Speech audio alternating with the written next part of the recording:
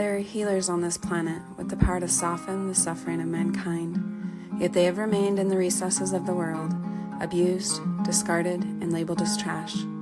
This is The Touch of a Mustang. I am your host, Shalyce Cluff, and I'm here to tell the story of wild horses, Mustangs, and the humans who are discovering and sharing their gifts while working to protect their well-being and preserve their spirit, so this divine power won't be lost. Join us on this quest with the wild Mustang.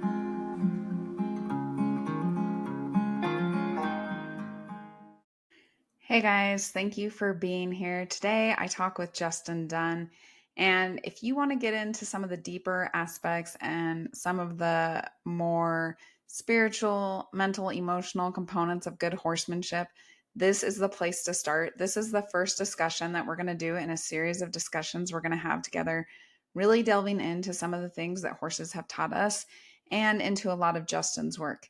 If you are interested in this material, I highly suggest you go check out his YouTube channel and subscribe to it. He is creating videos on a regular basis that are really bringing ideas into the world of horsemanship that are going to benefit everybody who is willing to learn from him. So I hope you enjoy this episode. It's pretty long, but if you make it to the end, I think it will be well worth your time. And we have some fun moments in here as well. So check it out. And most especially, if there's something that you hear in this episode that you just really love, you want to learn more about, that points out something that you might be struggling with, please let us know. And we will work to create an episode where we can really focus on those things that our listeners want to hear. We're really excited for this, and we hope that you guys will join us. So what are we going to talk about today? Something good? Yeah, I mean, I was going through all your notes. I was like, oh man, it's a It's lot deep. here. Yeah, it's It's a deep. lot. You Yeah, know, I I, was think. oh, go ahead. No, you go. Well, I was thinking people that want to get into Mustangs, they really don't, they miss one important step, I think.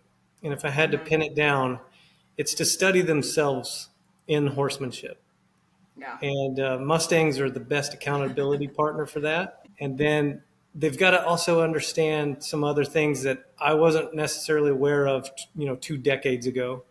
And that's laws of the universe. These principles that govern the heavens, the sky, the earth, the water, the fire, the air, Yeah. all have to be understood and taken into account to really coexist with the Mustang efficiently and effectively to grow in consciousness.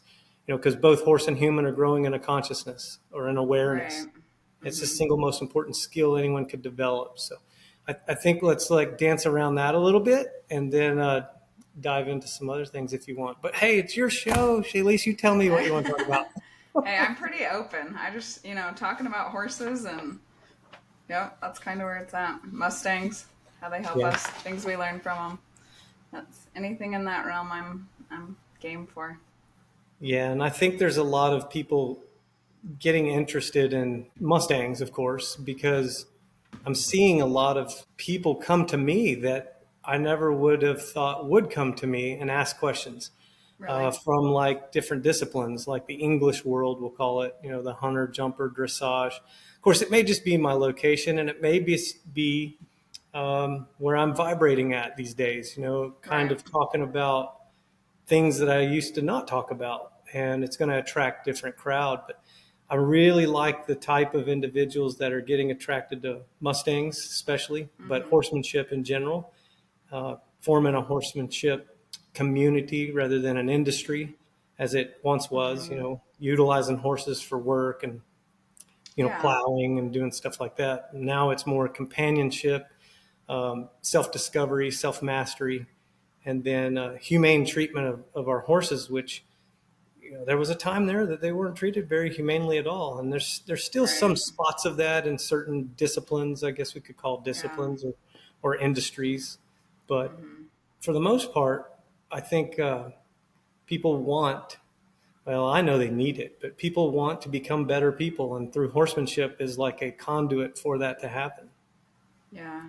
And I think one thing we have today is we kind of have the room to not have to use horses for, work or to provide for our living or to plow our fields or whatever.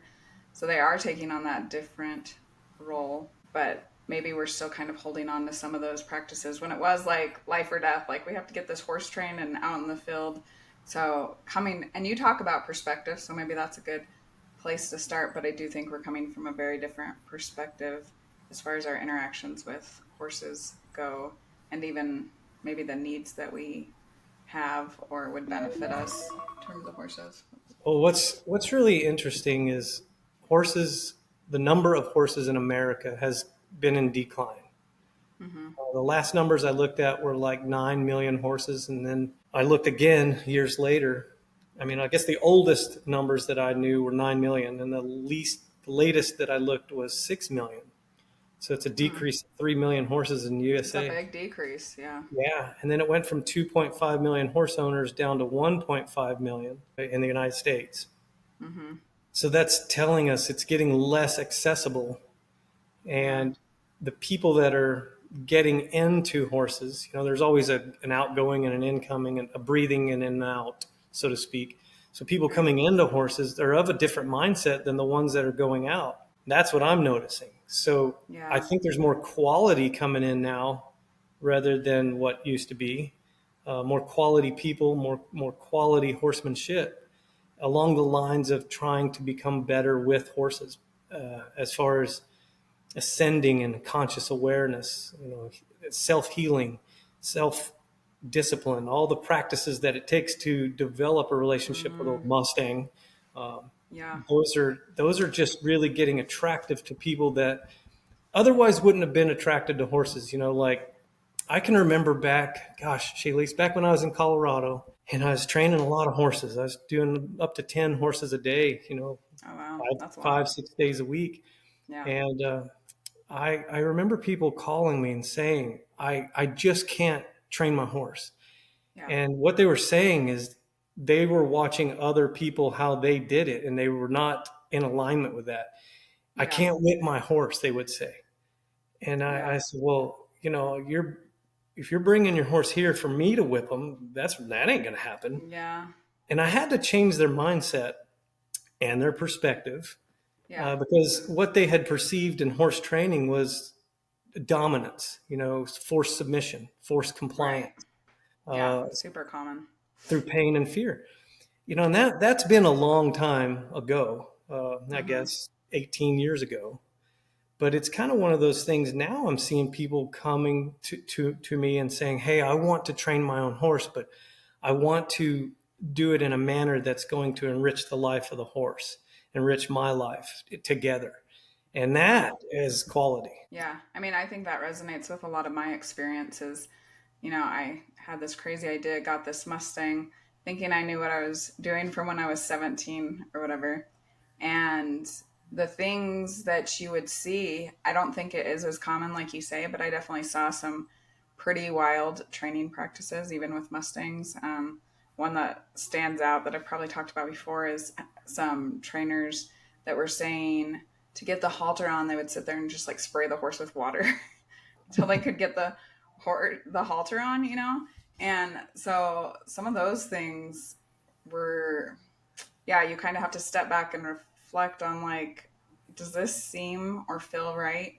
And I think that's one thing, because you were really like a huge mentor for me when I got my first Mustang, and that was something that really drew me to you. Were two things. One was that you were doing it in a way that I could like feel good about, and like quite honestly, whether it was like I just didn't have the motivation, but I don't feel like I could have controlled my first Mustang. I'm like, she was more powerful than me. I'm sure I could have bought stuff that could have helped. But that was one thing where it was like, yeah, it's not about control. It's kind of working with the horse, understanding the horse. And then the other thing that like was a huge changer for me was, I think it was the first time we met, and you basically were like, you can train your own horse. Like it's not a big deal. And I think we have this idea out there that there's these people who have these magic powers or this knowledge or the strength that can kind of, I don't know if we want to say save us from the experience. I don't know that I would say saving, but kind of come in and rescue us from the hard work and turn it into a simple process where we can come take this horse back to us being submissive and, kind of broken, a word that we use a lot with horses, and to now have a broken horse that we can do whatever we want with, which, I kind of did want my horse to do what I wanted.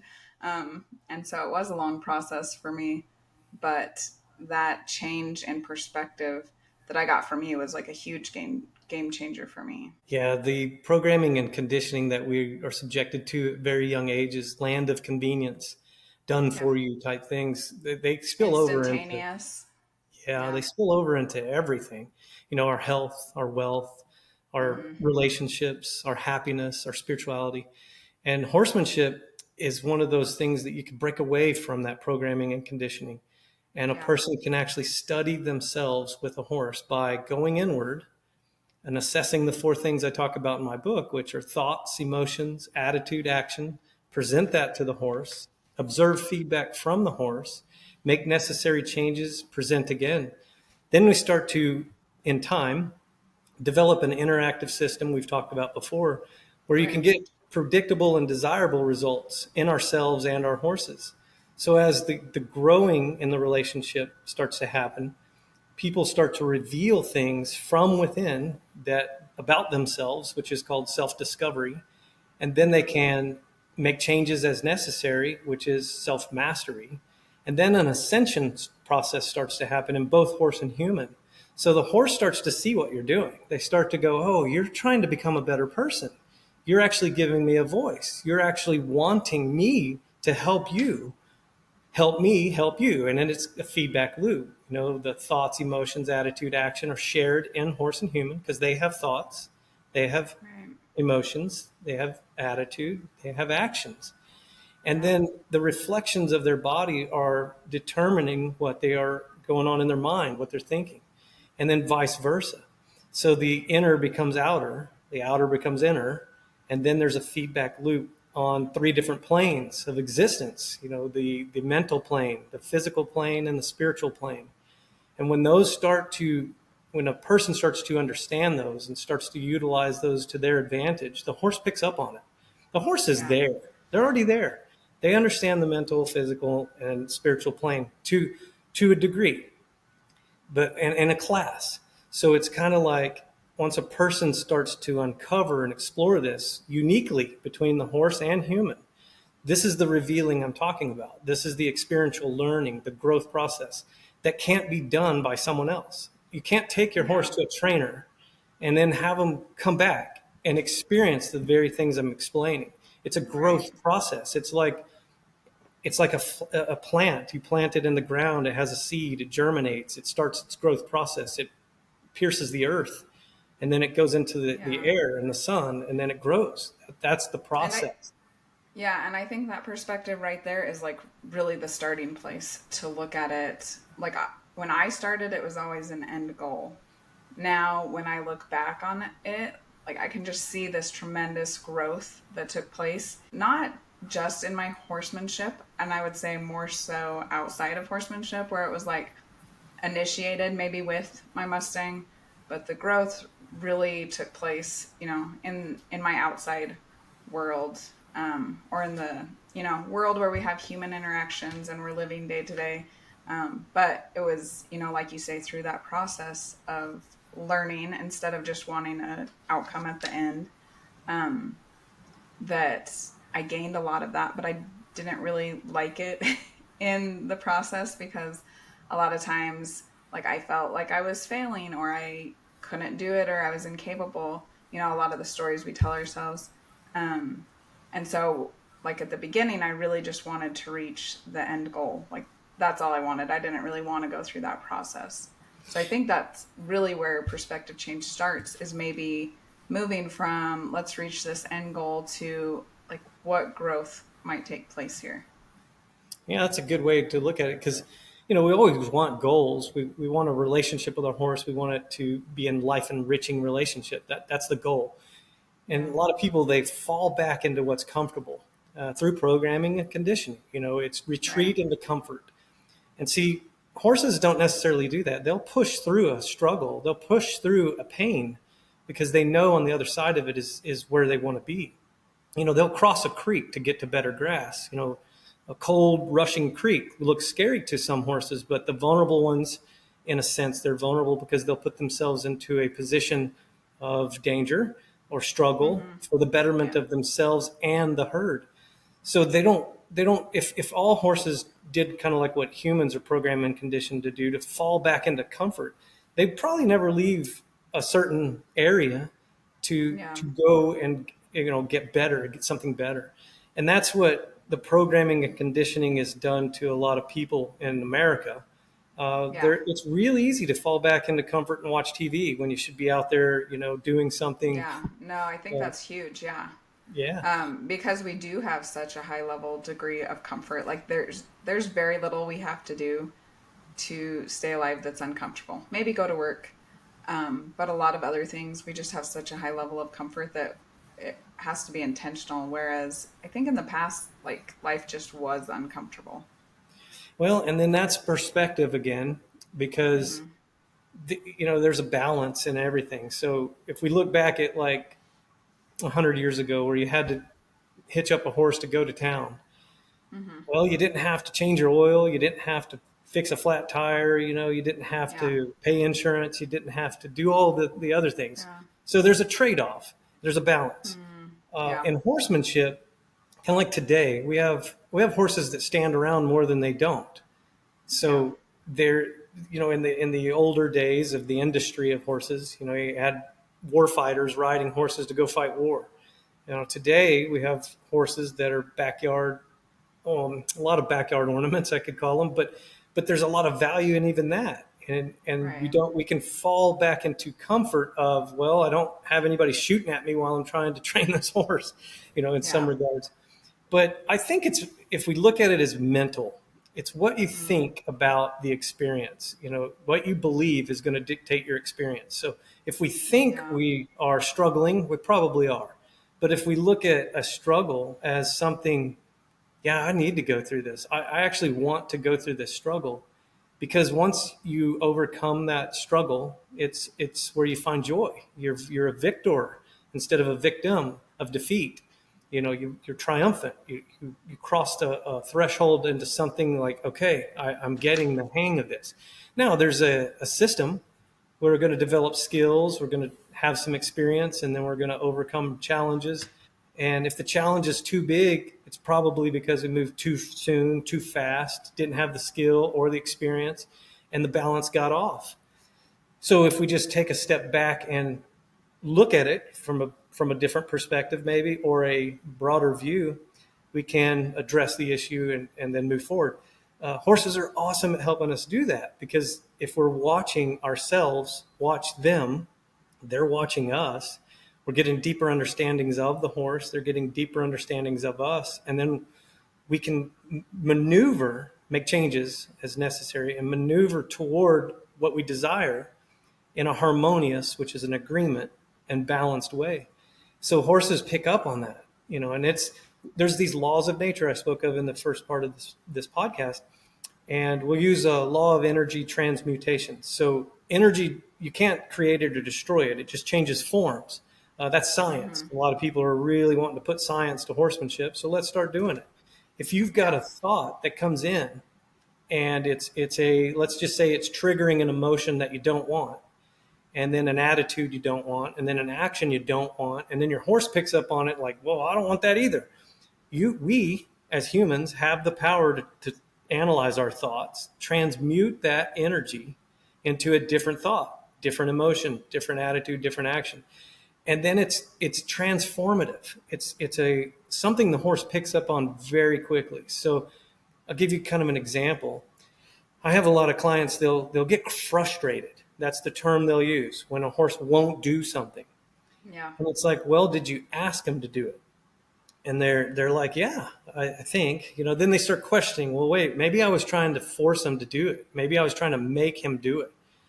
And it's like, yeah, well, how about ask? Take that same energy, transmute it into, rather than forcing to comply, asking to comply, create willingness, draw them to you. It's like breathing. You Hmm. breathe in air and you give out the breath. You don't take and keep it. It's give and receive. So if you give something to the horse, you will receive something from the horse. And we have the power to do that. So a frustration will change to gratitude, or it'll change to happiness. You can actually change it in the mental first, and it'll come true in the physical. So that mental plane is where it starts. The Mm-hmm. physical is where you get to reality. And then the ascension even comes higher when you go into the spiritual. And it's understanding the essence. It's the sense and understanding merged together. So you can get a sense of horsemanship by watching a video or listening to this podcast. You can get a sense of it. Then you Yeah. can take that and you can go in with your horse. You can develop the unique relationship that we all want between our horse and us. And you can manifest those mental thoughts into physical reality. Wherever we think and do, we become. So the feminine energy is kind of thinking, the masculine energy is doing, and we all possess both of those energies. So transmuting either one at the proper time, you create a reality that you envisioned. That's what separates us from the animal, I believe, is the imagination, the divine Yeah. mind, the ability to analyze our own For better thoughts. or worse sometimes. Yeah. And if we master ourselves, Mm-hmm. and our horses will help us do it because it only benefits them. See, this game of life, we only need to learn two things, in case you didn't know. The two things are how to not get hurt and how to benefit. That's what horses do when they're hit the ground in the wild. Wild Mustang horse teaches their babies, hey, here's how you don't get hurt. Here's how you benefit. That's it. Yeah. I Hmm. mean, there's some intricacies to it, but it's pretty common sense. Yeah. It's like, what equipment? You said something earlier. You said you probably could have bought some equipment to help you. But what equipment does is an extension of our mental and physical and spiritual plane. That's Yeah. all it is. That's we can just take two things. And I always pick on the bit, the bitted bridle, because I Mm-hmm. happen to know a little bit about bitless bridles. And then Yeah. they're both the same. But if you look at polarity, one is over here, one is over here. On the polarity scale, they're different degrees. They're exact same thing, but they're at different degrees. Just like nature. Everything in nature is the same thing. It's just different degrees. So like temperature, hot and cold, those are the exact same thing. They're just different degrees. Light and Mm-hmm. dark, same thing, different degrees. So we'll take a bitted bridle, bitless bridle. They can be used the exact same way. There's just one big difference. We've taken a metal object and placed it in the mouth of a horse. Mm-hmm. And then how do we use it? Can a person Yeah. use it correctly? I would say yes. Yeah. If all of the other variables in the equation line up to equal the outcome that we are desiring, which is desirable behavior. So Mm-hmm. I don't necessarily pick on the person using a bit in a horse's mouth. I pick on the way it's manifesting into reality. What are they thinking? That, okay, I'm going to use this bit or this piece of equipment to correct a behavior by forcing submission with pain. Yeah. Well, what is that going to do in long-term sustainability? The law of compensation, cause and effect. We could even call it karma. What goes around comes around.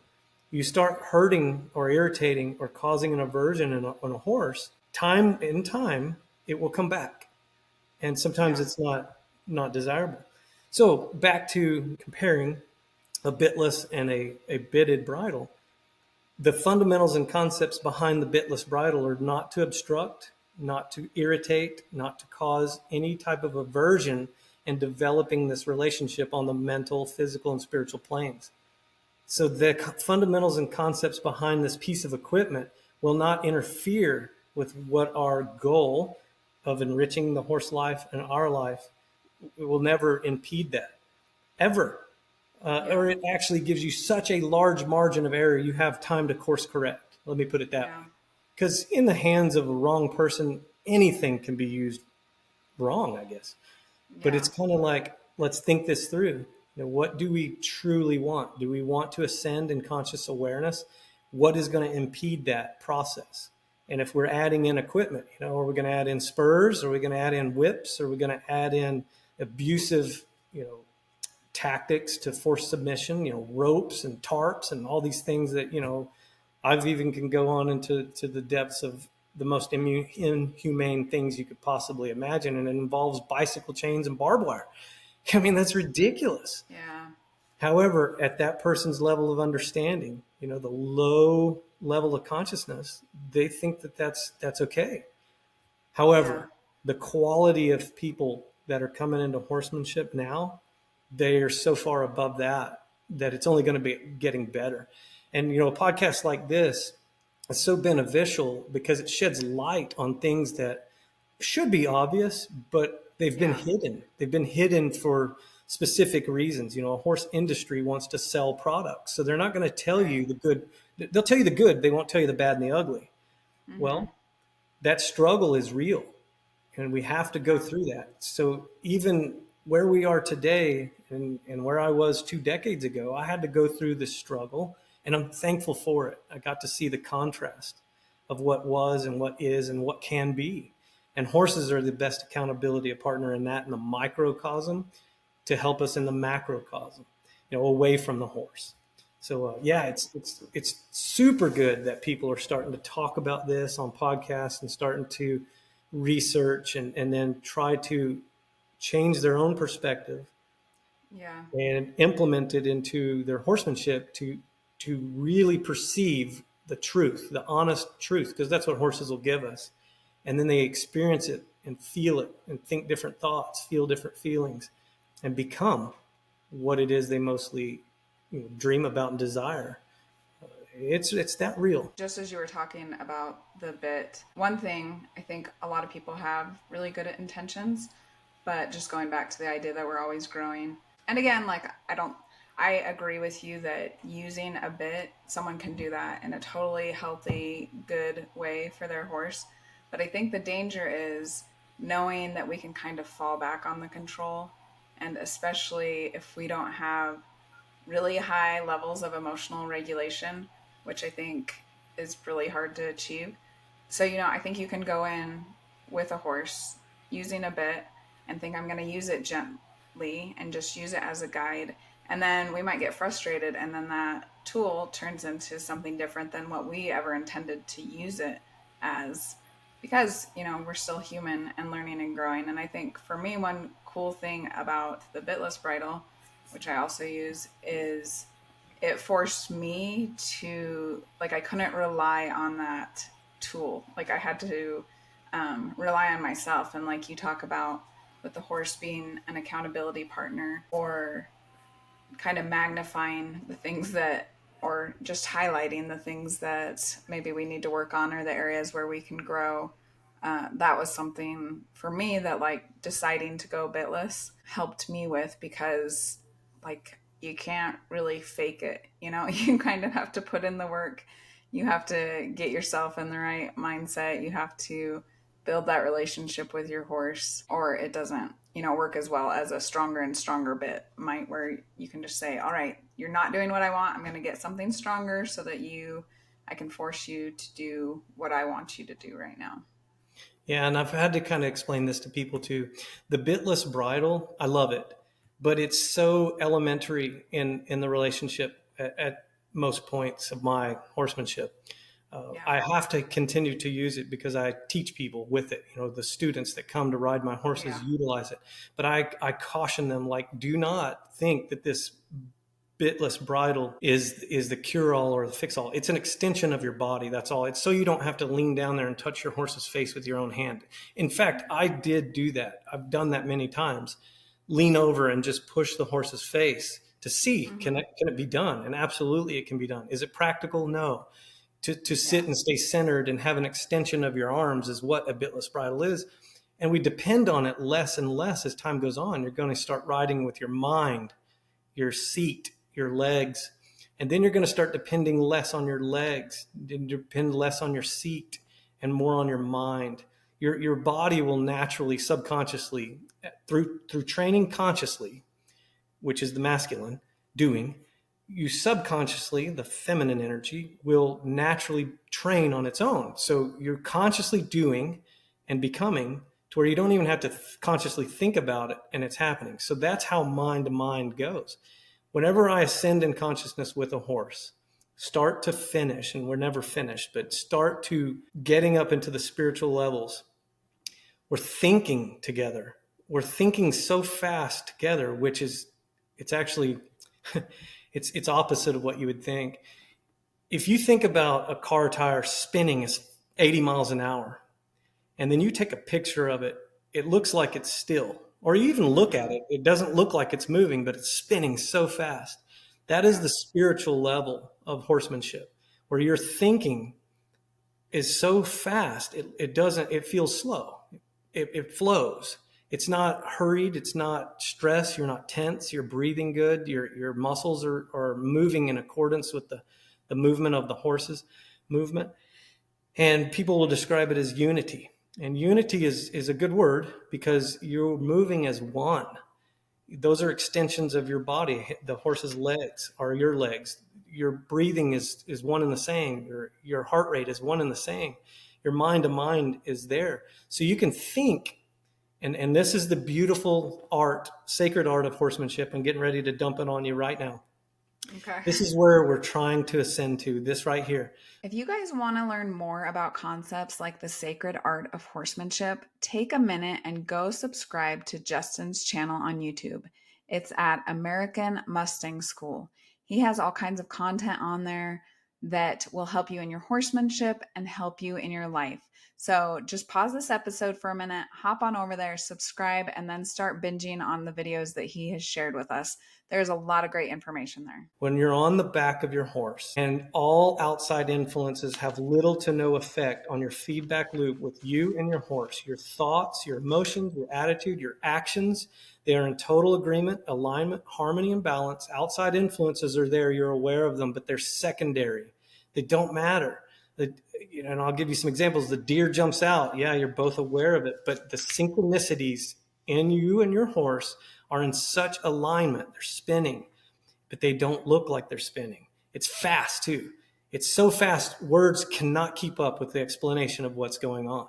So the bitless bridle, man, I got it. It's there, but it's not a crutch. It's not even a tool anymore. It's just an extension of my body, to where the fingertip pressure of that rein is needed only if it's needed. If I can think and do and become. So I think about picking up on a right rein, I do it and become turning right. If I think and do and become doing that over and over through law of repetition, there'll come a time where I can think about turning right and I don't have to pick up on a right rein. Does that make sense? Yeah. In your experience, do you think that thought process also changes maybe your behavior in the saddle so that the horse is sensing that? Absolutely. Because you are on a plane of thought, a plane of mental plane, and you've got it tied in so rhythmic and so in alignment with nature that the horse picks up on it. And it's like if you were in their herd and you're moving together in synergy. You see a herd running together. The horse way out on the right and the horse way out on the left, they all move, like a school of fish. That's mind to mind, guys. I mean, I'm just here to tell you it's possible. I've done it. I wrote it in a book. It's hard to understand just reading it or even me explaining it in audible tones, but you can get a sense of it. But until you go and do it and experience, you won't understand it in its depths. I've used the analogy of like if I try to explain eating chocolate ice cream to you and you've never had ice cream, you don't know that it's cold, you don't know what chocolate tastes like. I can tell you about it until I'm blue in the face, but you'll get a sense of it, but you won't understand it until you go experience it and get the essence of it. And then when that merges, you know it rather than know about it. So in horsemanship, you have to experience, you have to go through certain struggles. There is a system, there is a process. I've developed one that works efficiently and effectively for myself. And in addition to adding people into it, it works really well and they get to understand what I'm explaining. But it's such a beautiful thing. The sacred art of horsemanship, that's what I'm kind of calling it now, is where you can ascend in such a high level of consciousness that you're going mind to mind. You're thinking and not even having to actually do. I mean, it's kind of like this. You drive in your car 65 miles an hour down the highway for 20 minutes. You think about all other things except for driving, right? Mm-hmm. I've done it. So, I mean, I'm sure people Yeah, can relate. definitely. No, I've done it for sure. Now a Or gone kid, the wrong place because I'm not thinking about it. now my I'm just on 14 year autopilot. old, now my 14-year old, she's never driven a car. So she doesn't really understand that yet.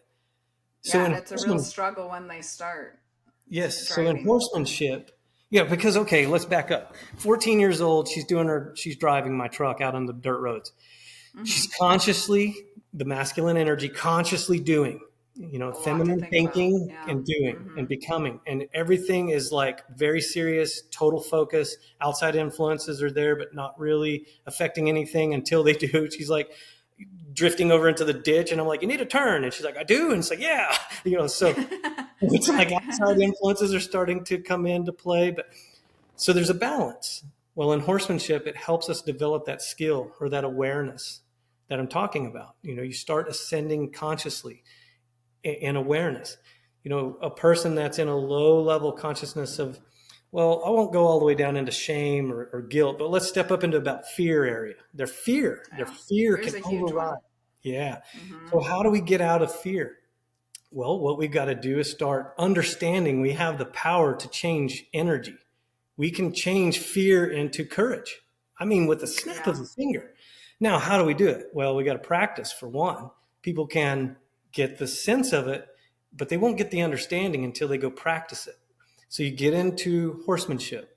You're on the ground with 1,000-pound horse, a wild one that analyzes everything in life and death, takes things very serious, puts you under a microscope. And I love it when they do that. When they put me under a microscope, I get to go, oh, good. I'm fixing to learn what I need to change about myself to become Mm. better, to get an interaction And with that this. attitude right there is also, I think, key. Very key. Because once you taste that ice cream, you can't get enough. Once you taste that and your soul starts to grow and you get spiritual energy flowing in, you're not taking it, you're attracting it. It's coming. And the horse is like standing there going, hey, I'm getting ready to dump a lot of this on you. You ready, buddy? And it's like, I think so. Sometimes there's doubt, but then Hmm. that doubt, you can turn that into certainty. You can turn it into confidence. And it's through an interactive system. You're developing skills, you're getting experience, and you're overcoming challenges. You go too fast, too soon, horse will let you know.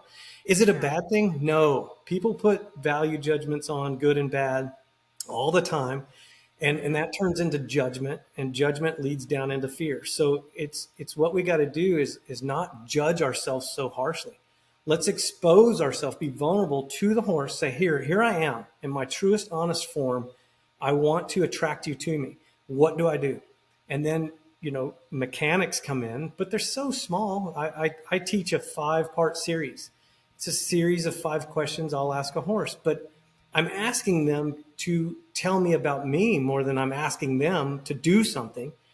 Do I need to slow down? Am I going too fast? Do I need to add more pressure to be more deliberate in my question? Pressure is a question. A release of that pressure is a thank you. Those series of there's it's science. Those series of pressures and questions, and timing and rhythm and sequences and starts and stops, they're formula in an equation which are variables to equal an outcome.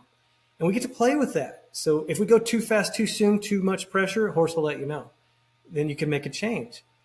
The emotion that comes from that is transmutable. So like there's people that come to me and they are so judgmental on themselves. They're so hard on Yeah. themselves. They'll do Hmm. something and the horse responds chaotically, we'll say.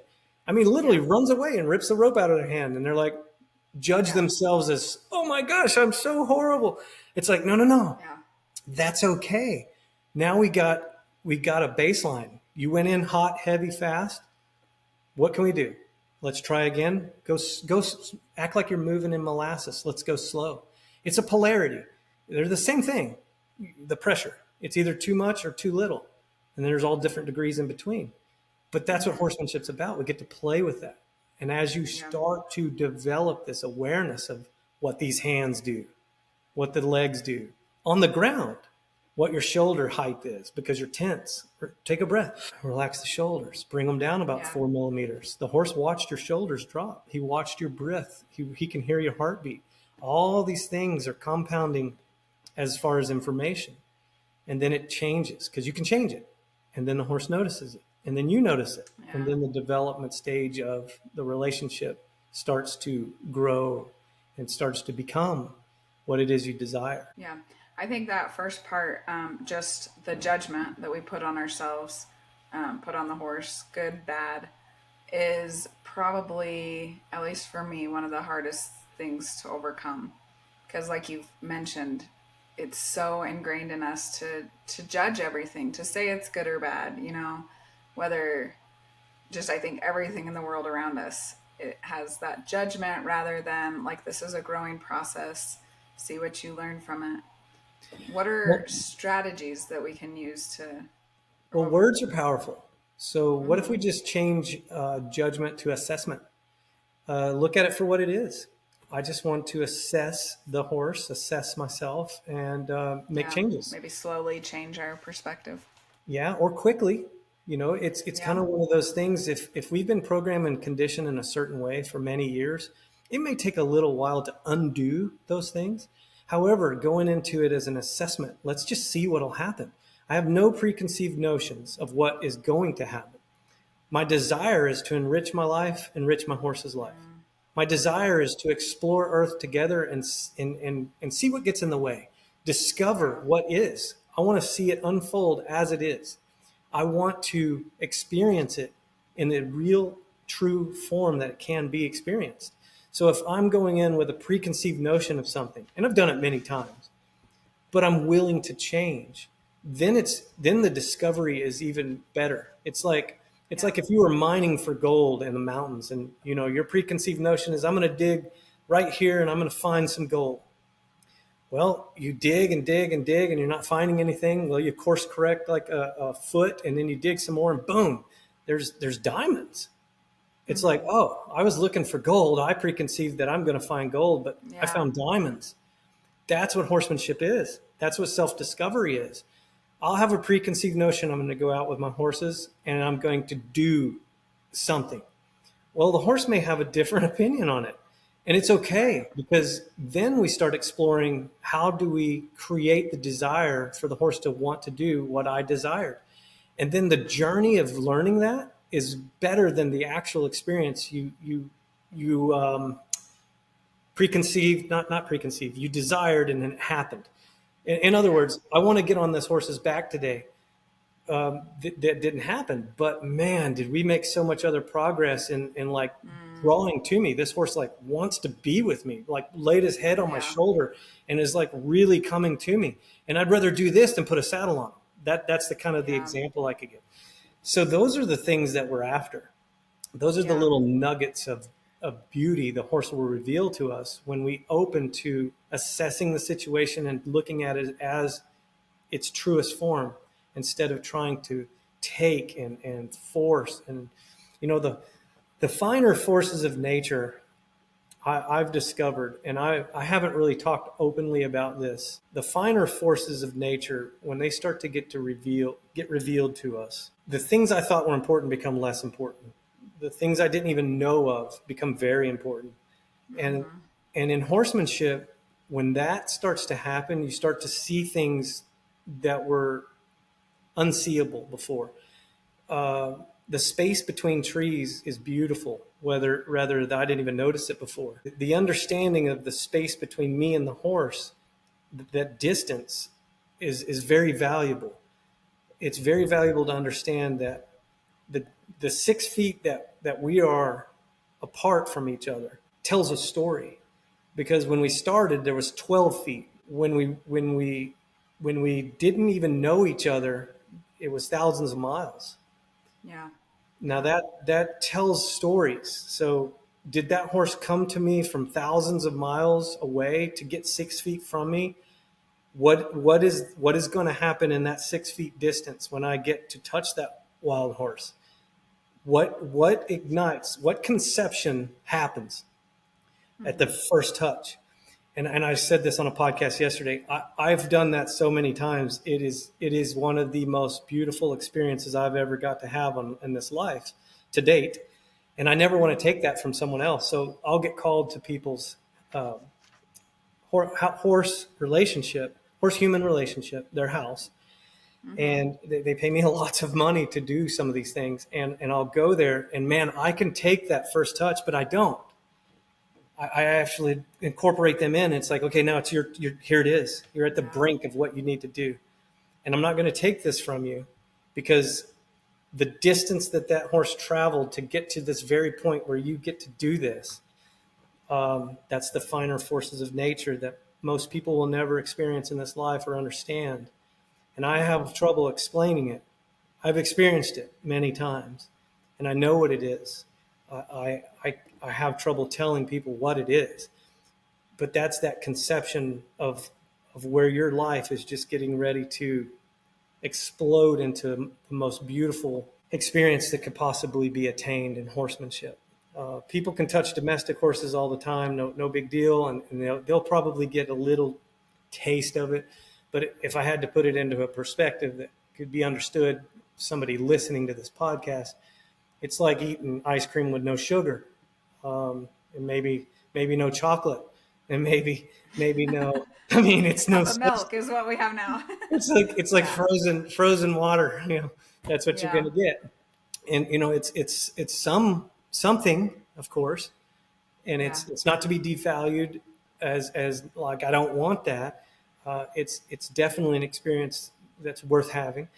But to touch a wild Mustang horse for the very first time, and then know that your life is getting ready to be enriched of magnitudes that aren't even fathomable to most people, because we'll circle back to horses are getting less accessible in America. Horse owners Yeah. are in decline. So this experience, this gateway into nature, because we are nature. And in case anybody didn't know that, we are nature. Yeah. Hard to We believe sometimes these days, but yeah. we've been conditioned and programmed out of it through Mm-hmm. conveniences. We've been sheltered inside air conditioning when it's hot outside. Those type things. They're great. I'm not knocking them. I actually Yeah. enjoy No, them. I appreciate them also. But I understand the polarity of that. So I went camping for 3 days recently, and 2 nights on Whack-A-Mole River, on a canoeing trip with Oh, some nice. veterans, Mm-hmm. and got to experience something, aside of convenience. You have to paddle to make your boat go. You Yeah. have to sleep on the It's ground. uncomfortable. You Yeah. have to make a fire to cook, those type things. Mm-hmm. I embraced it so much. It's such a relief to know that, oh, wow, this experience is a reminder, a gentle reminder that we are nature. We come from nature. Yeah. And the struggle that people describe as a struggle is not a struggle. It's a Yeah. piercing of a veil. It's looking behind a curtain. It's testing the fibers of our human existence. We're souls having a human experience. Our soul is here to learn and grow and acquire. We are ascending in that consciousness on the mental, physical, and spiritual plane. Horses are standing there ready and willing to guide us. And I'm not saying they're a god or anything like that, and we don't need to worship them. We need to understand why they're here and how to help us become what it is we truly desire. And that struggle, if this podcast people are listening to it, I'd like to say the struggle is very important. It's very necessary. Yeah. And Yeah. that's what I have really learned to embrace. Is I go into a situation with someone and they're in a dark place. I want to let them know, man, this struggle that you think you're in or feel that you're in, it is real. Yeah. However, you can come out of that and be stronger, faster, more efficient, more effective at this game we call life, which is to learn not to get hurt and how to benefit. And Yeah. that Mustang horse, I really desire for more people to get interaction with, because a lot of people have all these different perspectives on it, Shalyce, and you've heard the good, bad, and ugly of it just as I have. But that wild horse is just fine out there swatting flies, eating grass, procreating. But when they get to come into the human element, invited in correctly, they get to ascend in a consciousness as well. They get to feel feelings they would otherwise have felt. They get to experience thoughts they otherwise would not have thought. They get to be a part of something soul ascension themselves and us. I've seen it in real time. I've seen a child with cancer come in on a Monday and experience in a 1 week evolution what I'm explaining. I've watched my horses Mm-hmm. get to grow in consciousness and experience love of a Yeah. magnitude from a child. And then a frequency they start vibrating at, and bring that child up to that frequency and vibration. And it's very healing. That child feels it. They start vibrating at a frequency. Their heart feels it, their mind feels it, their spirit is enhanced. It's more power. The essence gets stronger. And then that merger, and that horse and that human, those two souls meeting, that is what is therapeutic horsemanship. That is the sacred art. That is the healing. So people come to me for healing. I'm not consider myself a healer. I don't do it for them. What I do Right. is vibrate at a certain frequency, and I help them vibrate at that frequency. Then they heal themselves. That's what horses are doing. That's the gateway. Horses feel that. That's why they're drawn to us. Whenever they know what you're up to and it's true and Yeah. honest, they step right into that role and they help that ascension. Um, that's the best way I can describe that. But I feel like I'm rambling on in a Yeah. tangent. No, And there's a lot there. I have, notes all over the place of stuff to dig in deeper to, but I mean, I totally agree with you on um just the power of being with a horse. Like you say, I think it's really hard to describe when you do get to a point where you and the horse want to be together and are both benefiting each other. I think is a really cool place to reach. For myself personally, there's still times where I get in the trap of, expectations or judgment, which I think are two of the biggest barriers to having that experience. I don't know if you'd agree with that, I do. but I yeah, do. It's polarity, love and hate. They're the same thing, just different degrees. But let's look at it more like love and judgment. So love and judgment, which leads to hate. If we're in judgment when we walk in with a horse, it doesn't even have to be apparent, but subconsciously we've been in judgment. yeah. A horse will I think help a bring lot of times subconsciously. Like I think most of the time we're not consciously doing it. right. At least the stuff that's really hard to overcome is subconscious, I would say. Right. And we come into that, the horse helps bring that to surface. Now we have to think and do and become, but that is how it surfaces. And then some people, they don't like to look in the mirror. I mean, what they're seeing, they don't like it. And I'm Well, here to I mean, say, it's hard, right? well, I'm here to When you say, look in the mirror, you realize like, oh, I have some responsibility here. I can't put the blame somewhere else. I can't blame the horse anymore. I can't blame my right, parents, whatever. I can't blame my financial situation. If we stop and look in the mirror, like that's when you see like this is all a result of the choices I've made along the way, right, whether that's horsemanship or life. right. And what I'm here to say is that is the struggle. That is the beauty. That's what you want. That is something you really want to look at, Yeah. because when you look in the mirror and you see something that causes you to cringe, like, I can't believe this, you've already grown. If you're looking at that Yeah. as something like, oh, I don't like that, you've already grown at a level to Yeah. look at that and go, oh, good, that's not me anymore. I killed that. That's dead. I and you can do it fast. Some people like to hang on to it because their body thinks I, it's I comfortable. think you might have a superpower there. I don't know. I find a lot of the reprogramming pretty slow for myself, but Well, I've just practiced it, and I've yeah, helped other people learn how to consistency. practice it. Yeah. And it's if you want to be kind, you go practice it. If you want to be a fast runner, you go practice it. I mean, it's common sense there. But in horsemanship, whenever you start to bring some of this stuff to the surface through the eyes of a horse, it's like your response would be, well, I'm going to make him run. I'm going to put more pressure. I'm going to get real aggressive. And then you go, wait, I want to transmute that energy, and I'm going to create softness, and I'm going to create an attraction, a willingness in this horse. Then some of those subconscious things surface, and you go, Hmm. oh wow, I don't like that about me, but I just changed it, consciously changed it.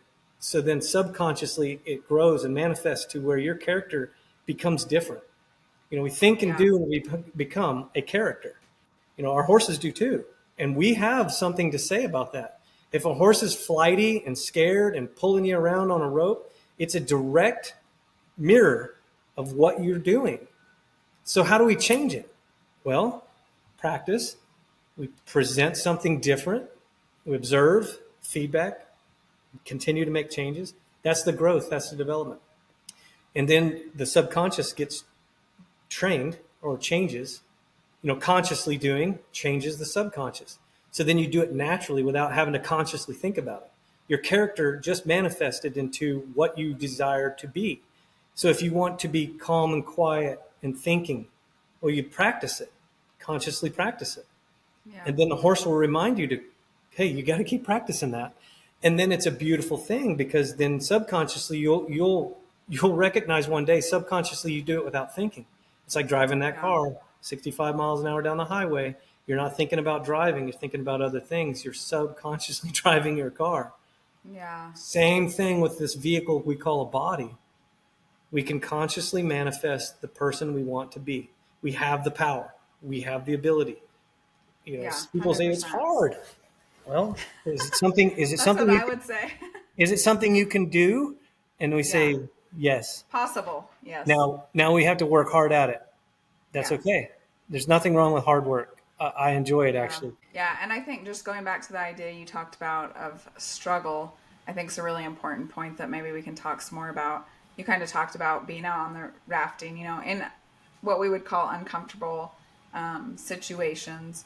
But I mean, and I've had that same experience where those are some of the moments where I felt most elevated in my life, is where things are kind of hard. It is a struggle. You have to, you gotta want the fire to be built and go out and take action. It's not just, you can't just flip on a switch at your house, all that type of stuff. And then just transferring that into the idea of horsemanship. Like you talked about maybe someone having a flighty horse that's just pulling on the lead. And that kind of goes back to that same idea of struggle. And it seems like struggle is the point at which it's kind of the end sign or whatever to say, like, this is where change needs to take place, in those points of struggle. Yeah. I mean, let's use the analogy of a fire. A lot of people would just like to have, like, they're hungry, they want to cook. I'd like to just have the fire already. Yeah. Go pick up Well, some fast food. Well, when we're camping, we start with these small little twigs, and then we catch that on fire, and then we just continually add smaller twigs to get to bigger twigs, and then the law of compensation, we have a fire. Well, cause and effect. The cause is the little twig, the little fire, and then continuing to do that, the law of repetition, manifests into a big fire. So in horsemanship, you start small, tiny steps, training a horse, training yourself, training a horse. You move too fast too soon, it's not going to work.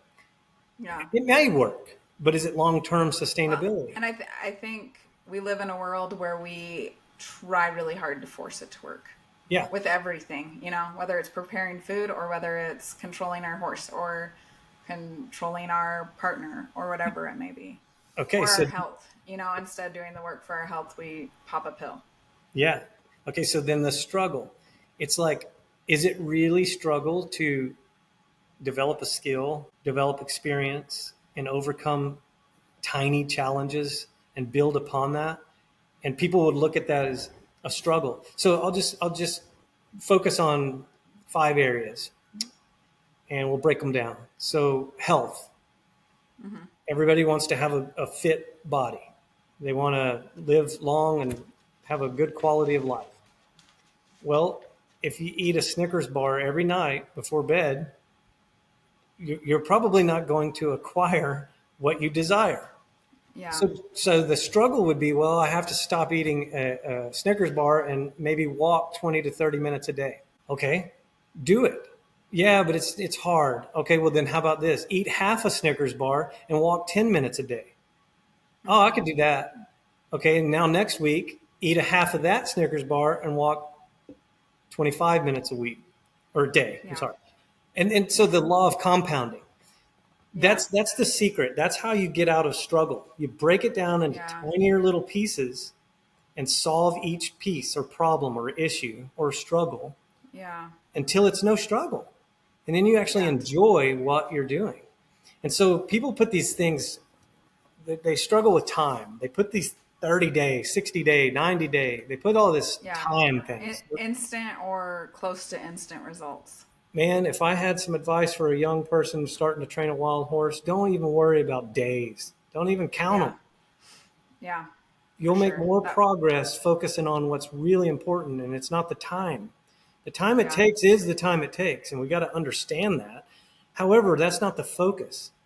All Yeah. those competitions really did a disservice in a lot of ways because they put pressure, undue pressure on people and horses to accomplish certain things in a time restraint.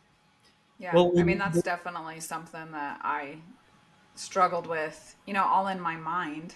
There was no reason, like I had no need. I didn't need the horse to feed my family or something. It was all in my mind, but just that idea that it wasn't happening in the time that it looked like everybody else was doing it was something that really set me back and kind of, made me question it to the point where I'm like, maybe I shouldn't have horses. Maybe this no, isn't meant for me.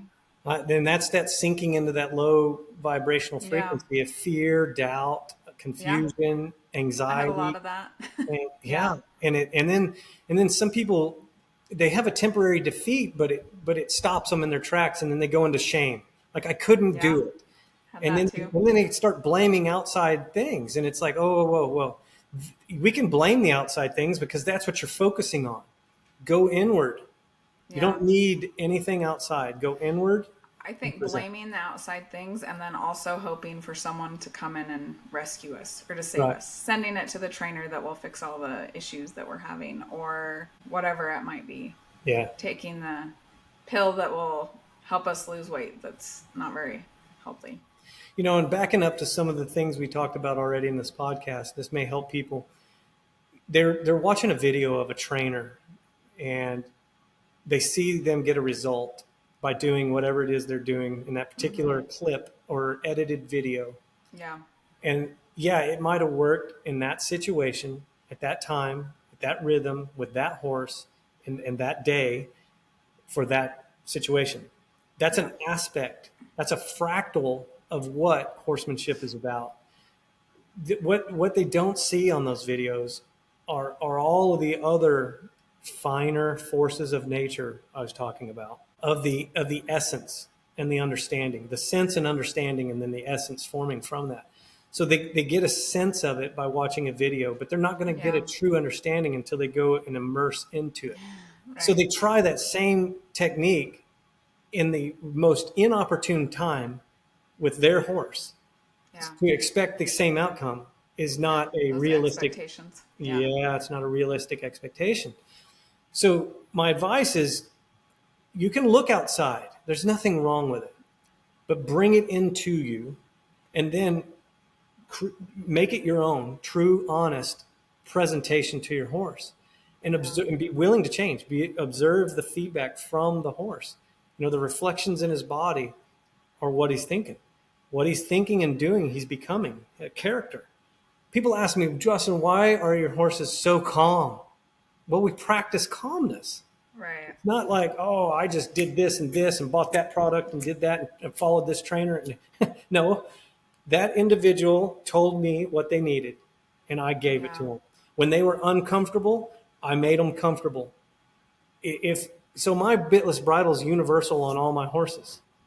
But if one of them was like, I'm not good with this bitless bridle, I would come up with something else Yeah. because I want that horse to be comfortable, not irritated, not affected, not obstructed, into growing and develop into the character we're wanting in that Yeah. horse. And I think that's really the starting point is observing the horse's behavior. Like a common one I see Hold that thought, is Shalyce, hold okay, on. go ahead. The starting point is observing our behavior, Okay. Yeah. presenting it to the horse, observing their behavior, making necessary changes in us. See, people try to force the horse to change its behavior. Yeah. And that's where it gets out. Cattywampus is what we call it in the world of our world. It gets cattywampus real quick. We want it to stay harmonious. We want it to stay in agreement. We want it Yeah. to stay flowing. Right. So yeah, you're on the right track. Yeah, I think you're right that yes, the starting point is really us. Yeah. But I guess in the traditional horse world, the starting point is so far from that. Like the starting point is like I think a lot of times it's like get on the horse when it's really far down. Before that, I'm like haltering the horse. But even before that, I think the horse that doesn't even want to be around you, but And then we we can ask why. ignore all of that and just get on the horse Yeah, and or try to. we got to ask, why does the horse not want to be with me? Why? Yeah. Am I vibrating at a frequency that he's picking up on and is repelling? Am I Yeah. in a hurry? Am I stressed? Am I short and shallow breathing? Are my shoulders tense? Is my what's going on? Have we made the assessment? The horse Yeah. is assessing it, and he's like, "Whoa, I'm not harmonizing with your frequency. You're kicking off, dude. You're in Yeah. a hurry for one, and then because I'm not complying with your desired preconceived notions of what you want, now you're frustrated, and now man, this is getting, and it just escalates from there into an undesirable Yeah. behavior, and a person that doesn't have the awareness of that, they're Yeah. giving that, and they're No, not and giving it. yeah, I think you're right that really observing ourselves is the starting point. And I think that starts with, why would the horse want or not want to be around you? And I think a lot of it, if we kind of break it down, is understandable. One thing I think a lot with bitless bridles, like one thing I love about it is my horse will come to the gate and lower her head into it. Whereas when I used a bit, which was when I was younger, like I just remember like you're wrenching the horse's mouth open, you're like holding their head down, trying to get this on there. And so when you compare those two things, like it's not really that big of a secret why they might not want to be around you when it's like you come out, you have these expectations, you start pushing and pulling them around and getting angry when they're not met. I'm like, no wonder they're across the pasture when you come out and they don't want anything to do with you. So yeah, I do agree, like 100%. That's a good correction, is that observing ourselves, what we're bringing in, what we feel like internally even really is the starting point for Well, good horsemanship. So, you guys have heard us talk a lot about the bitless bridle. And the bitless bridle that both Justin and I use is one that he actually created when he was living in Colorado. I love it. It works great for my horses. If you check out my Instagram or any of my videos and I'm riding, that's what I'm riding in. We're going to include a 10% off link for you guys in the show notes. You can hop on over to Weaver Leather, check it out. And if you decide to get one, get some money off. let's do a little test for the audience. You ready Okay. for this? Okay, so how do we perceive ourselves, and how does the horse perceive us, and how far apart are those? So that is the question. Mm, And yeah. ultimately, the answer lies within the journey of the horsemanship. Mm, And yeah. then each horse that you come into contact with, that should be the very first thought that enters every person. How do I perceive myself? How does this horse perceive me? How far apart are those? Yeah. And if a person can be honest and true with themselves and present, the horse will give the true and honest feedback. And then you Yeah. can find out how far off those perceptions are. And that's Yeah. beautiful. And I think a barrier there is most often we're not worried about what the horse thinks of us. We're more worried about what the people around us think of us or think we're doing right or wrong versus So that reflection of the horse. here's the test. Name 3 animals just that come to mind. Dog, cat, horse. Dog, cat, horse. Okay, so what the mystics or the guys say, the gurus, the 3 animals that you named represent what you think you are, Mm-hmm. what you think people see of you, what you think you are, and what you actually are.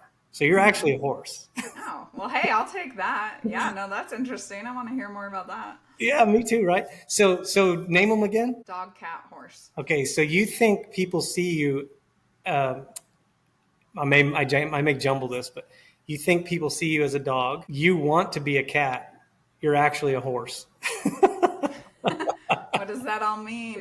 You have to go determine what that means. But Okay. I'm gonna write that down just so I can think about that some more. Yeah. I did something similar when I was Yeah, asked that, but I started with horse, yeah. and then it went in. I think it was horse, monkey, um, eagle. Something like Oh, that. well, hey, eagle's Yeah, not a bad one, also. yeah, it's pretty cool. But yeah, just kind of ask that question to yourself, Hmm. and how do you perceive yourself? How does the world Yeah. perceive you?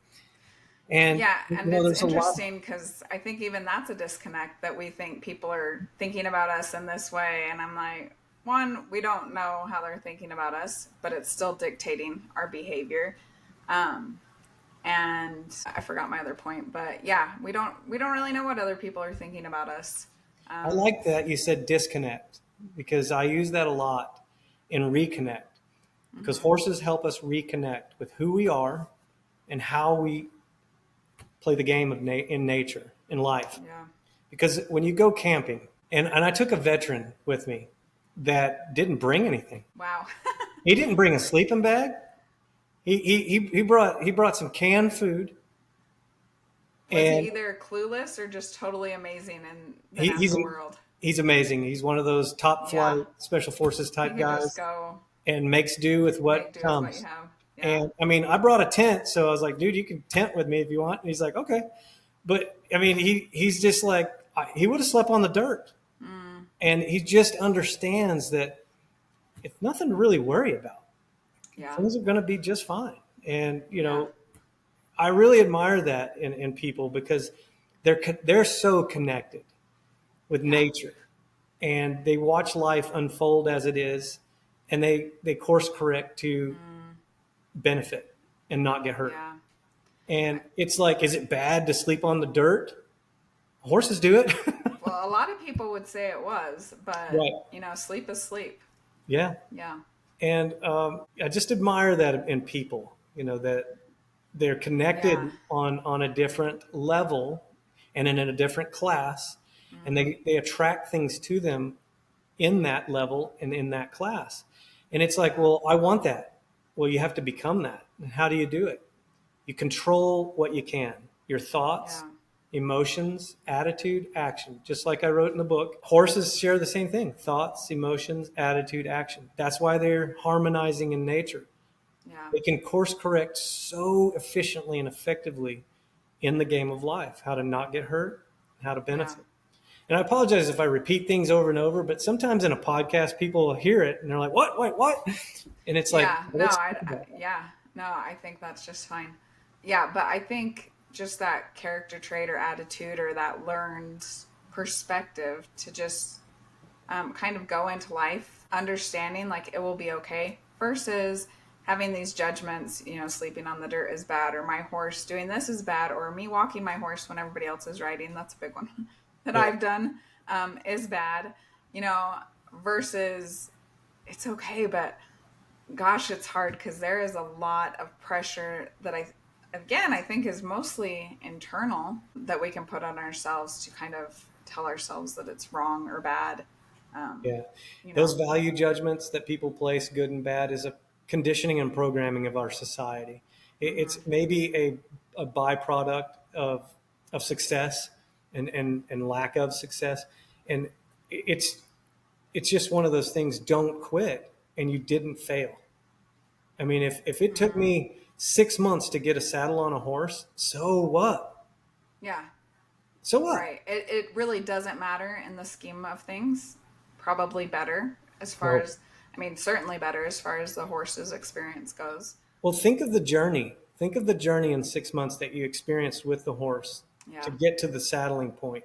It almost be as equivalent as the first touch in some cases. Some Yeah. people, it's a beautiful experience. It's fine, and there's the judgment and love.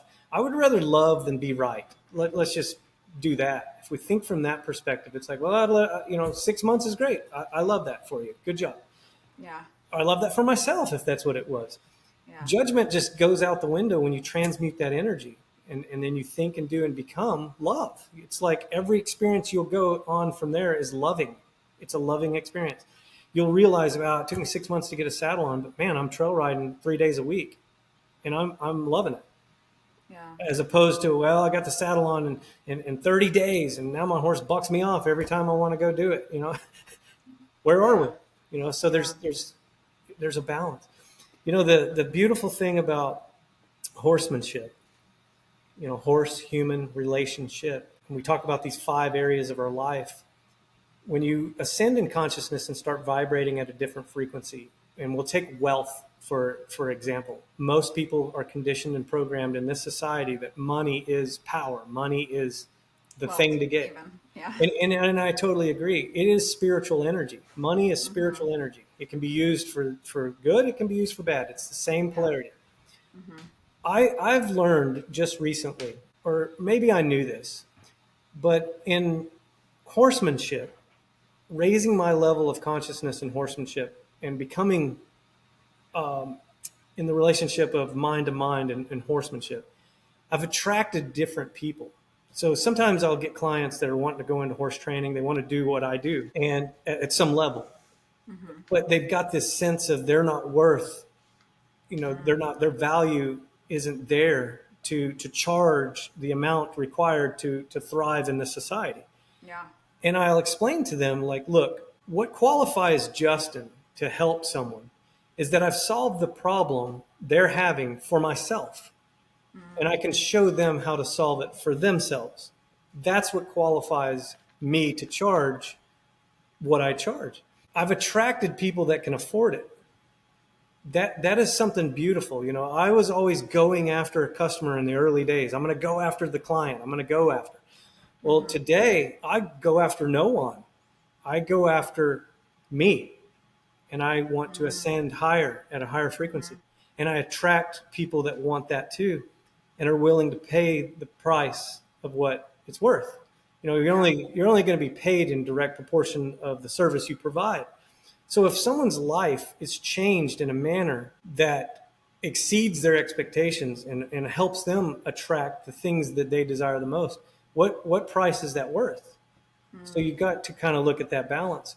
And that's something I wanted to talk about with some listeners. Maybe this is a good platform to share. If they're acquiring knowledge and horsemanship and they're sharing it with others, Yeah. that has value, that has Mm. extreme value. And if they're following the path of enlightenment, self mastery, we'll call it, and they're discovering how to help horses ascend in their consciousness, and then they're attracting clients that want the same for themselves and their horse. Yeah. There's not too many people doing this. I could consider it light worker. You're shedding light into the world. You're shedding light into the horse community. You're shedding light Yeah. into people's lives of the 5 areas they want to exceed in, and that health, wealth, spirituality, relationships, happiness. Those areas of their life they want to enhance. Who would not want that? So there's a charge. There's a monetary gain from that. So today, I have very few clients. However, they're very high value clients. And that is really something that has just come about in the last 5 years Mm. of going inward and presenting outward and attracting Yeah. and manifesting and then attracting what it is I truly desired, however, didn't know how to go and take it. So, Yeah. in other words, the give and receive, the breathing in, the breathing out, the law of attraction, I'm here to tell you is very real. The clients I have today, as opposed to the clients I had 20 years ago, they're the exact same. They're just a different degree. They're on a different scale. So, they're both clients. These Mm-hmm. clients over here are are the same, but they're at a different degree. So these clients over here. But I have changed. I Yeah. have changed to attract that. So the wealth has come in way better than I ever could have imagined in that area. And Yeah. that's one thing I want to tell people, because I know that the horses are in decline and I know horse owners are in decline. And I get a lot of people coming and they're saying, how do I charge for this? Well, you can charge for the service that you provide. If you're getting a saddle on a horse in 15 days, that you're not going to get to charge much. But if you're changing someone's life in those 5 areas and you're changing the lives of horses, and the ripple effect of that, resonates to where the value of that increases to where you can charge astronomical figures. Um, the point I'm trying to make is I want to see quality coming into horsemanship. I want to Yeah. see people charging and being paid the value that they're providing.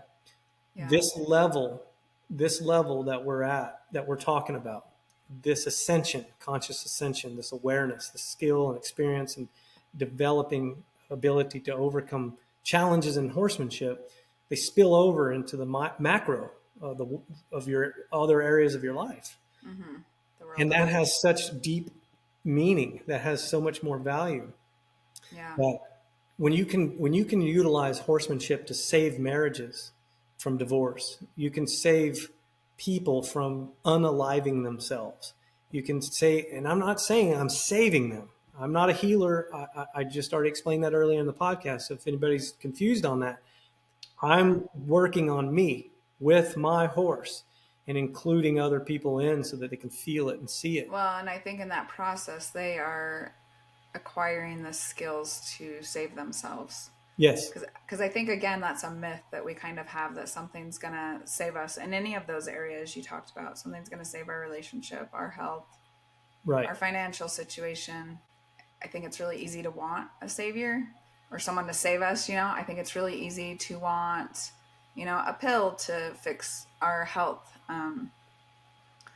And I think the reality is, to really truly do it, we have to figure out, kind of like what you said, what do we need to change within ourselves? Where am I creating these results in my life? And I think that is a reality, that we are always creating our life. It's That's not right. from some outside force that's working against us or for us. It's a result of the choices we're making in those small, little, tiny moments up to the big ones. Yes, course correction is what we call it. I mean, if I used to be a commercial fisherman, so I'd get in a boat and I'd take off from the port, and I'd have a target where I'm headed. Yeah. Now, there's lots of things that are going to try to throw you off course. You say those forces working against or inhibiting. A log may be in the way, floating in the ocean. I'm not going to hit it with a fiberglass boat. I got to go around it. Yeah. You hit it with a fiberglass boat, it punctures a hole, you sink. You're not going to make your destination. So those course corrections are important, and we are the ones that do it. So we see a log in our path, in our boat, in our ocean, we got to go around that log. Now it may get real wavy. A storm blew in. It's going to be, man, we're taking water over the bow. It's getting real. We've got to pay attention, and we've got to throttle the throttles back a little bit so we don't beat the boat to pieces. That's okay. The storm's going to happen, and then you're going to get through it. Now it's calm water. Sun came out. We're running. We're going to get to the fishing spot. Everything's good. We made our destination. But you may not go in a linear straight line, and that's okay. You got to course correct and change and And a navigate. good analogy for life, that, those expectations are the judgment, like saying that it's bad that you had to go around a log versus just kind of handling it as it comes. The expectation that this is the course you're taking and you're not going to veer off of it, when really you do need to veer off of it. I think it has some real relevance in our life, in our path, in life in general, in our experience with our horses as well. Yeah. That it's probably not going to look like what we anticipate it looking like. It's probably going to look different. And that's not a bad thing. Well, here's a secret. Here's a secret nature revealed to me. If you think it can be great, it'll be greater. If you think it can be bad, it'll be worse. Nature will, that's proof. I promise. Whatever you think it can be. Yeah. It is just that simple. It is all mental if you think about it. Everything is mental. Yeah. It's all mental. Yeah. The universe is mental. The world we create. Yeah. The world we see. The world we create, Somebody and the one we choose to see. Somebody sees a comet, they can enjoy it and love it. Somebody sees a comet, they get, oh no, I'm scared. I mean, there's one thing has 360 degrees of perspective. And that's why it's so important for all people's perspective. We put value judgments on good and bad, but I'm here to say we need that to understand contrast. We would not understand sunny blue sky day without dark. Yeah. We couldn't. If everything was sunny every day, it's all time sunny. I mean, move to Alaska, maybe that's the thing. Something good about the sun coming out after a storm, that's for sure. Yeah. Yeah. So the people putting value judgments, good and bad, on all these things, it's not necessary. It's Hmm. not necessary to do that because it's necessary for those things to be. We have to have them, but we get a choice. That's the beauty of it. We get a choice. We can course correct and change. We can look at something different. We can look at our past different today with choice. We Mm. can say, I came from a divorce, and we've talked about this, Yeah. behind the scenes. And I used to let that run my life, ruin my life. Yeah. When my parents divorced at 5 years old, I got a set of new parents on both sides that I didn't ask for. But today, I look back on that, and I'm so thankful that that experience happened because of Yeah. what I learned, what I grew through, what came of it. So today, you can determine your experience of how your day is going to go based on your past, how you choose to look at that past experience from a different perspective. It's just that real. So Yeah. that past trauma that I used to dwell on and went into a depression over, I could look at it as like, I needed to go through that because I Right. wouldn't know today what tomorrow could be. I mean, and I don't want to get all confusing on this, but how we believe determines the experience we're going to have. What we believe determines the experience we're going to have today, in the now, right now. I could dwell on the past and be depressed about it. Hmm. I really could. I could look at it from Yeah. different perspectives and go through them. And I encourage people to do it because you'll find that, wow, looking at it from maybe my mom's perspective, okay, that makes sense, or my dad's, or vice versa. Like, look at it from different perspectives. And then today, I can go, wow, I have the ability to transmute energy that used to make me feel sad by changing my perspective of how I look at the past to make me feel happy and glad. And Yeah. then your future is bright. It's brighter because when something comes along, you can look at it as like, oh, I'll look at it from a different perspective. A person on a boat going out into a storm may turn back and go home and quit. But I was under the impression like, well, this is temporary. I'm going to get through this. I got to hit some hard waves, and the storm's going to last about 6 hours, and we're going to push through and be on the other side of it. Yeah. And then fishing's going to be great. And whoa, was it? So Yeah. it's just a matter of perspective. It's like, well, you can change the rate of speed you're going on the boat through the storm. From 11 knots down to 7 knots. Yeah. Oh, that's much nicer. I can sustain a lot longer at 7 knots going through this storm than 11 knots faster in the same storm. So a person can look at it in different perspectives in their life right here, right now, financially, health wise, spirituality, their relationships with their family. You can slow down a little bit. You can change the rhythm.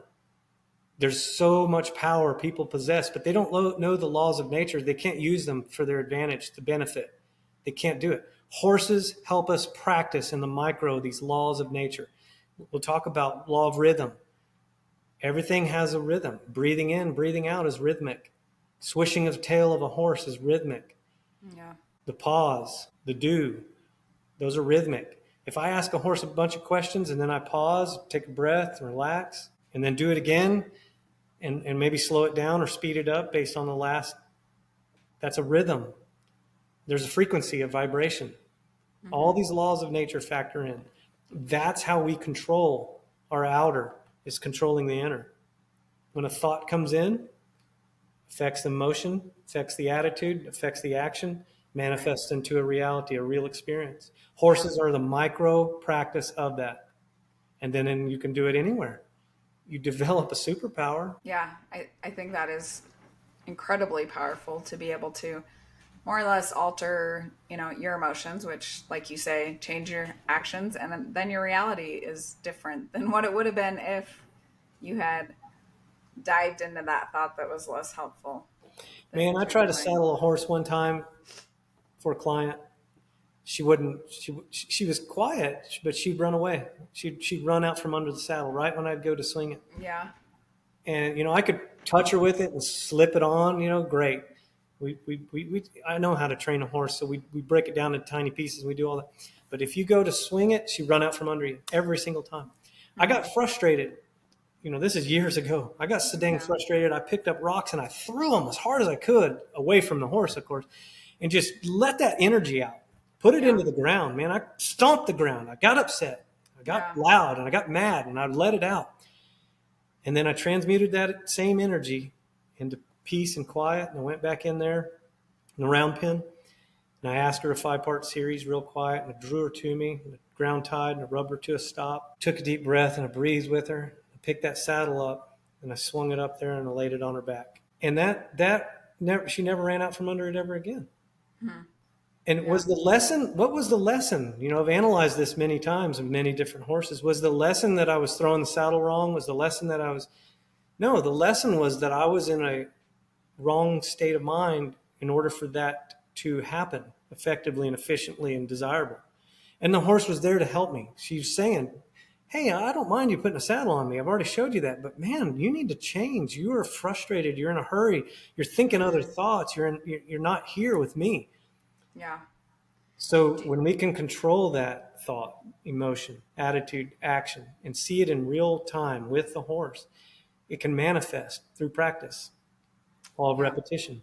And you Do can you do it think, anywhere. yeah. Do you think in that example that there was value in you releasing those emotions? Because I know a lot of times we facilitate between like, you should never be angry, or, again, labeling our emotions good or bad. How do we, in your experience, how can we? Because I do think we need to have negative emotions. I think those tell us something about what's happening in our life, but maybe have them without like diving into them and having them define us and what our life is. Well, let's talk about negative and positive on the Mm-hmm. scale. Negative has been misconception through science. Negative is intuition. Negative is feminine. Negative is good. Um, Positive, that's a masculine. That's a doer. Feminine is intuition. So so when we say, oh, that's negative or that's positive, Yeah. you got to have negative. Negative is the taking in. Positive is the giving out. It's the breathing in, the giving out, the breathing out. And there's many perspectives on this topic, but the way I like to think of it is if I've got an energy coming into me, and we call it a negative energy, love and hate are the same thing. They're just different degrees, they're different scales. So when I kicked rocks and I threw rocks and I yelled out and I had a release, it transmuted the frustration into calmness. So it Mm-hmm. had to take place. Now people say it's good or bad, whatever. You can give a value judgment to that. But it has to happen. It's the bringing in and the giving out. So the Yeah. charge, the bringing in, the negative charge, the intuition, the anger, we could call it, that I was starting, the frustration I started to feel, I had to let that energy get out of me and go Yeah. somewhere. Well, there's a positive doing of where it can go. It can go into the earth. It can go into the dirt. I can take that rock and I can throw it. And that's we could call good. Right. And then I can transmute that energy right back to the horse in calmness and peace, tranquility, and get the desired results I'm after and gain further ground faster in the relationship of the understanding, the sense and understanding and the essence of what we're after in this relationship, which is life enrichment, growth in the game of life. The two hearts beating in this unity, the two lungs breathing, set of lungs breathing, the muscles, the blood flowing, the thoughts, the energy, the transmission of energy, which is information between the human body, the horse body, the minds of the horse, the minds of the human. Those transitioning in the feedback loop, harmonizing, agreement, that's what we're enriching. That's the enrichment. That's what we're after. When one of those gets offset, a horse may do that. They may kick out. They kick Yeah. out. They don't like what's going on, or maybe a fly bit them. They don't like Yeah. that. Right. We can look at that and give it a value judgment, good or bad. It probably won't do any good. It probably won't do us anything. But we can look at it as a positive and negative of a coming in and a going out, a manifestation in reality. It's like Yeah, I see the horse got frustrated. I make a change, I present something. Wow, the horse is not frustrating. Let's move on. And it's that harmony, that's a balance. Or maybe I'm doing something to where the horse is comfortable and I do something where the horse is uncomfortable. Okay, I'll change and do something where the horse is comfortable. Okay, there's the balance. Now the horse is uncomfortable because we're climbing up a hill. And I'm asking them to go, continue to go. And then they want to stop. And it's like, well, let's just get to the top of the hill and we'll both stop. And then there's some lateral flexion exercises I can do to manifest comfort and softness and breathe together. Or maybe I'm on the ground and I'm walking up the hill and I'm tired too and the horse is tired too, and we push together and we're leading up and we get to the top. And then I do some manifesting of calmness and comfort with some lateral flexions. And they've been having trouble with me picking up their hooves, but at this moment of comfort, I take the opportunity to pick up a hoof and they allow it. And then I put the hoof back down and then we go and do something else. And then I develop this agreement and this understanding that we're going to harmonize to the benefit of both of us at the proper time for the proper response through feel. And all of these finer forces of nature start to get revealed, that the horse is like, oh, your best interest is my best interest. And you want to be able to pick up my feet to trim my hooves. They don't logic it out like that, but I'm saying this for a podcast from a person listening, driving down the road. I didn't take anything from the horse. I gave something to the horse, and then they gave back to me, and I received something from the horse. It's a give and receive. It's a breathing in. It's a breathing out. I do desire to pick those horses' feet up. Well, it's hooves. We don't have feet. I always trick people with the little question. Do horses have? I know, you got me with that one.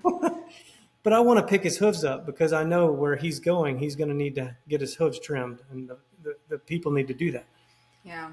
And these are just some examples of how these laws of nature work and how they manifest into a reality of not taking or forcing compliance, forcing submission, where the natural flow state of life happens and we get to watch it unfold and we get to course correct at the time to most benefit us and the horse and nature and the universe. Because the universe, we are all one. We are all connected. Universe, one song. And in horsemanship, you have to understand that that is your micro universe, your microcosm. It's one song you're singing with your horse. And if your internal universe is out of whack and you don't even know, your subconscious, you don't even know, the horse is there to tell you. If you're willing to open eyes and willing to open ears, willing to open and let that come in, and then you can change. Yeah. And then you start to develop a superpower where you can go out into the world and the world is your garden. The things come to you you didn't even know existed, and they help you grow even higher in a consciousness. People call it Christ consciousness. And that's what it is. It's a manifestation of ascension from ego into spirituality. Horses help us do that so fast, so efficient, so effective. I only recently, 9 months ago, started a YouTube channel, and I'm making videos for myself to learn how to explain this to other people. Yeah. I was fortunate to go to Colorado, where you are, and live in nature for 8 years, uninterrupted by man-made objects and cell phones and internet. Yeah. I didn't have a cell phone for 8 years. Wow. Yeah. I didn't have internet access for 8 years. Wow. I mean, if I did, it was like spinning all the time. Yeah. A totally different world that you created for yourself through two choices. Yeah. And so to put that into brief perspective for someone, your outside influences have an effect on us if we allow them to. I could separate from my cell phone today and be just fine. Yeah. You know, people want it is wild, the world that we've moved into, where that statement, some people would be like, I can't do that. Right. And they're right. But They're so right. many people throughout time did it. It's possible. Yes. Maybe not for you. Well, and if you think For the about person that's saying that. if you think about eating food, some people I eat 2 meals a day. Did I always do that? No, I ate 3 meals a day. Now I'm down to 2, sometimes 1. There are people that can go, and I've read about this, and I think it's true. There are people that can go days, weeks, months without eating. They drink, and that's it. Now, I just recently heard a guy did it for 9 days, and he said it. And he said, you know, I used to keep 2 weeks of food stocked in the house because I was in fear that, man, if something happens, I've got to have food. But he went 9 days without eating food, just drinking water. And he realized, wow, I'm not dependent on what I thought I was dependent on. Hmm. Yeah. So how do we find these things out? Well, we have to think it, we have to do it, and it has to manifest into a reality. So whatever we think and do, we become. I've discovered things about myself through horsemanship I never would have without horses. And Yeah, same. it's one of those beautiful things that we're sharing with your listeners that is discoverable. It's unique between them and their horse. They get to discover, the person gets to discover a depth in themselves and in this universe that they otherwise wouldn't. Horses are guides. I wrote a book. It's called A Horse to Guide Me. And when at the time I wrote that book, I didn't even have the knowledge or the wisdom I have today. If you guys are like me, you love a good book, and Justin's book is a great book to read, to learn these concepts, and also to just keep on hand and reference some of these ideas so that you can take them away and implement them in your life. This is knowledge he's acquired after lots of time with lots of people and lots of horses, and it is a wealth of information. You can get it on Amazon. It is called A Horse to Guide Me, Build the Life You've Always Wanted Through the Miracle of Mustang Horsemanship. And I guarantee you that if you follow these principles that he outlines in this book, you will not only have a great relationship with your horse, you will also make changes and improvements to your life. So check it out. The second book I'm working on, it'll have even more. Yeah. And that's the beauty of learning something and sharing. That's the breathing in and giving out. Yeah. And that's what these podcasts are beautiful for doing. And I thank you for doing this, Shalyce, for offering a platform for me to share and you taking the time and energy out of your day to do this for people. Anybody who's made it through this podcast this long, this is a beautiful gift. And it's to be really recognized as a gift. And you're going to take what you hear here on her podcast today and the podcast in the past and the podcast in the future. You're going to apply some of the things in your horsemanship, in your life, in those 5 areas of your life are going to become better.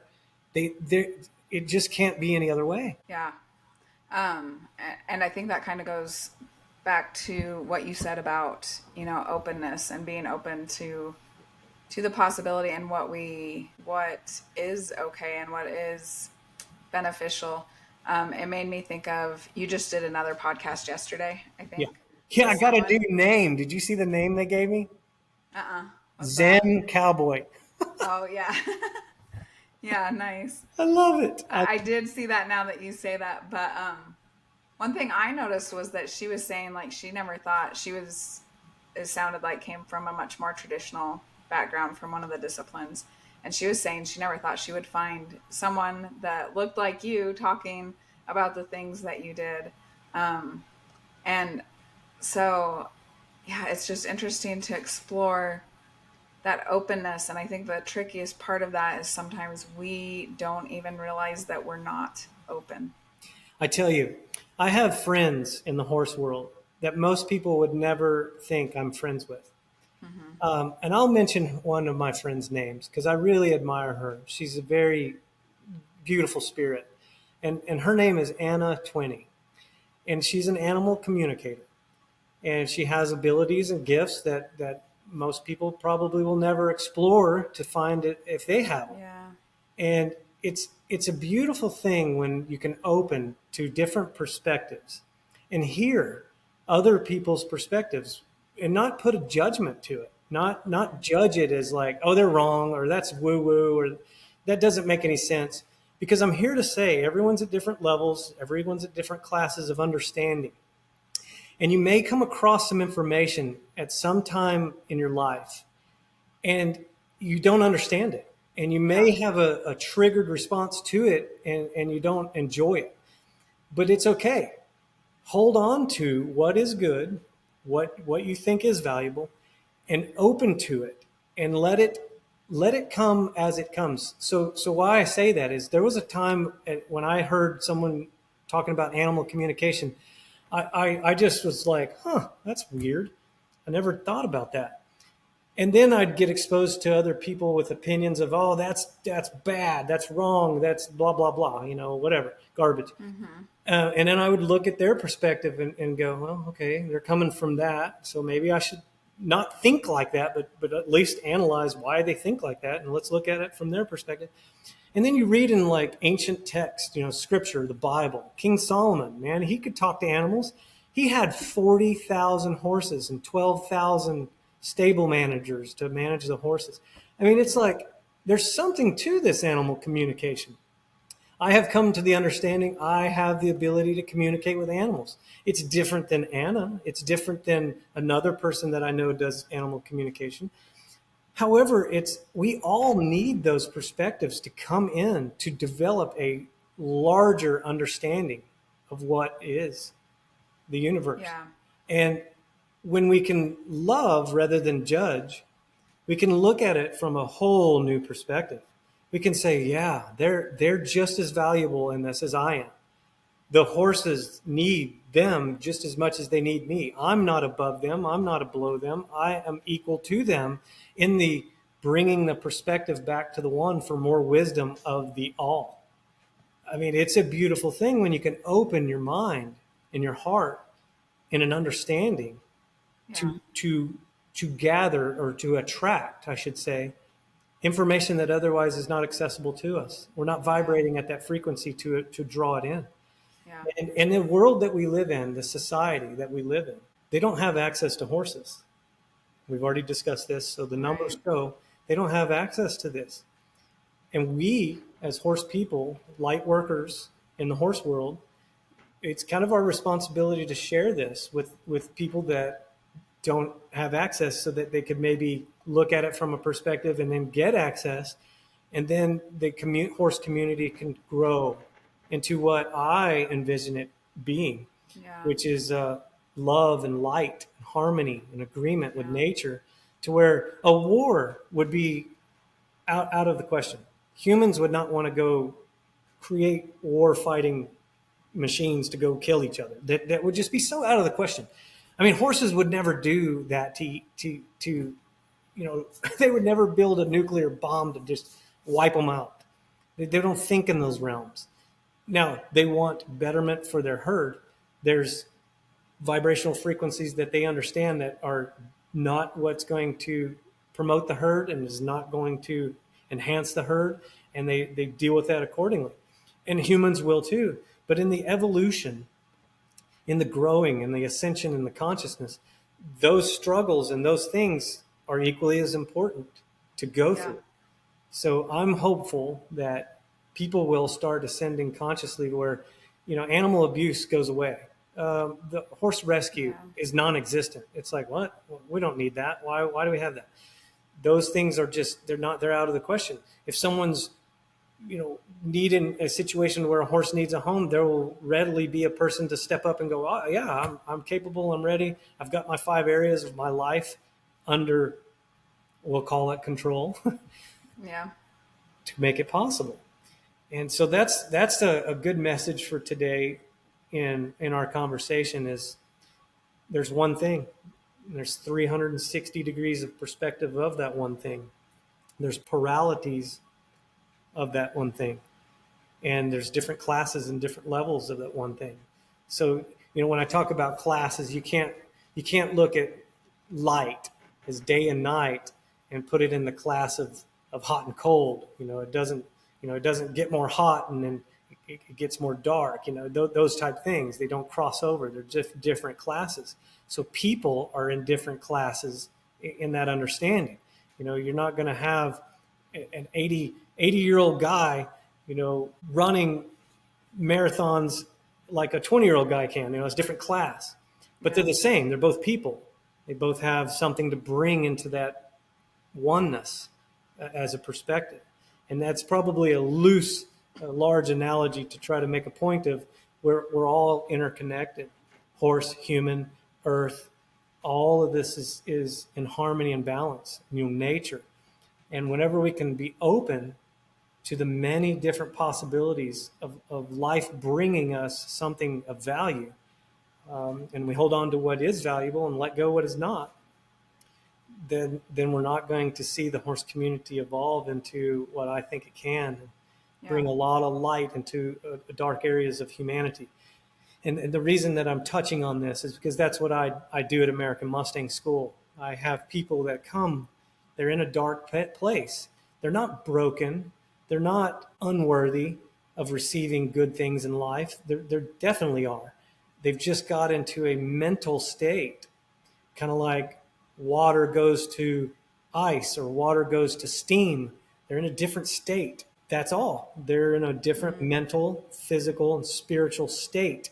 And Yeah. they've got to ascend, come out, go into the light, come out of the darkness. And man, this podcast is really cool because we've got to sprinkle over a lot of Yeah. topics. We did cover a lot of ground that And maybe this is the entry to our series, yeah. and we could put it out and ask people what they would like to explore more depth of, and get some feedback, Yeah. and shed some light on different topics. Yeah. No, that would be good. That definitely covers a lot. I have a lot of notes that I made throughout of things that we can talk about more. Because I want that for our Mustang community. I want Yeah. that for our people that have a passion and a purpose to fulfill through horsemanship, of Yeah. bringing this light into the world through horsemanship.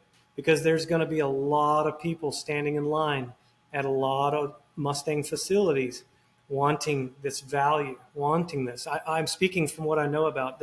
I got lines at my facility.